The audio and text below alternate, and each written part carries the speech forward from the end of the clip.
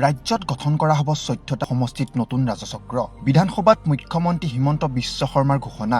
আছে আৰু কৰবাত আন এটা জিলাৰ লগতো জড়িত হৈ আছে আৰু কিছুমান সমষ্টিত ৰাজচক্ৰ নাই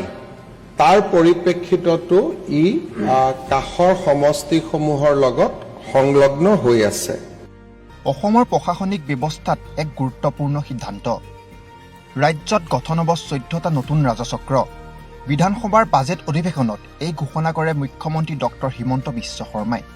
চৰকাৰৰ মতে ৰাজচক্ৰ আৰু বিধানসভা সমষ্টিৰ সীমাৰ মাজত সমন্বয় আনিবলৈ এই পদক্ষেপ গ্ৰহণ কৰা হৈছে মুখ্যমন্ত্ৰীয়ে জনোৱা অনুসৰি কোনো বিধায়কৰ দাবী ভিত্তিত নহয় প্ৰশাসনিক সুবিধা আৰু সমষ্টি পূৰ্ণ গঠনৰ পাছত সৃষ্টি হোৱা অসামঞ্জস্য দূৰ কৰাৰ উদ্দেশ্যে এই সিদ্ধান্ত লোৱা হৈছে নতুন ৰাজচক্ৰ গঠন হ'ব পাকা বেতবাৰী চেঙা সৃজনগাম বীৰসিং জৰুৱা জলেশ্বৰ বৰখলা ধলাই খোৱাং মধ্য গুৱাহাটী নাওবৈচা মাকুম ৰঙাপাৰা বিহালী আৰু ডিগবৈত মুখ্যমন্ত্ৰীয়ে কয় সমষ্টি পুনৰ গঠনৰ ফলত গোলাঘাটৰ বহুকেইখন গাঁও ডেৰগাঁও সমষ্টিলৈ আহিছে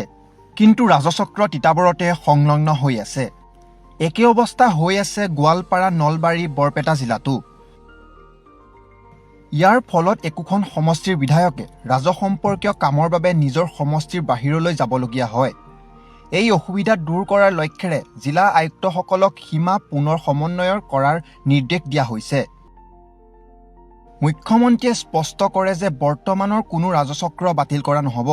য'ত 2টা বা 3টা ৰাজচক্ৰ আছে সেইবোৰ তেনেদৰেই থাকিব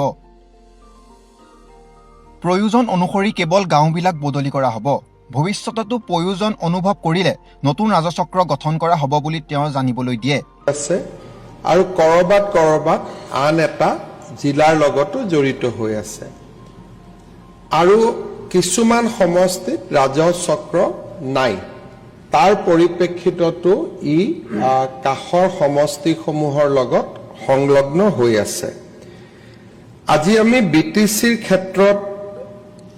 এক্সাৰচাইজটো কৰা নাছিলোঁ কিন্তু আন 105টা সমষ্টিৰ ক্ষেত্ৰত আমি এক্সাৰচাইজ কৰিছিলোঁ এতিয়া উদাহৰণ হিচাপে মই 2-3টা ক'ব খোজো যেনেকে দুধনৈত আমাৰ বালিজানা ৰেভিনিউ চাৰ্কুল আছে কিন্তু তাতে গোৱালপাৰা পূব সমষ্টিৰ গাঁওসমূহো জড়িত হৈ আছে ঠিক তেনেধৰণে বৰক্ষেত্ৰীত আমাৰ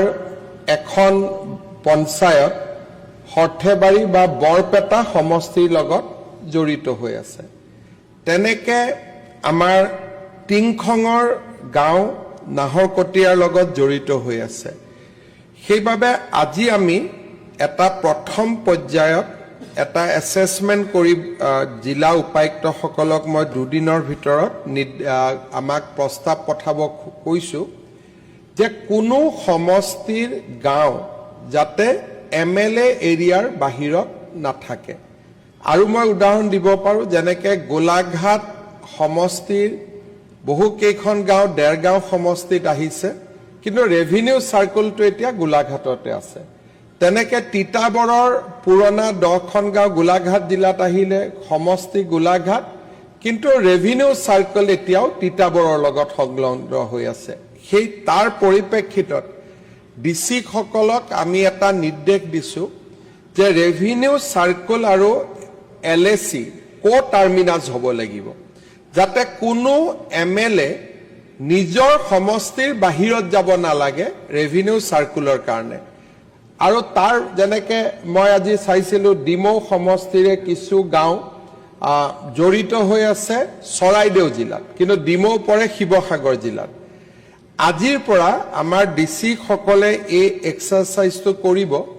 আমি কতো ৰেভিনিউ চাৰ্কুল উদ্ৰ নকৰোঁ কৰবাত যদি 3টা আছে 3টাই থাকিব 2টা আছে 2টাই থাকিব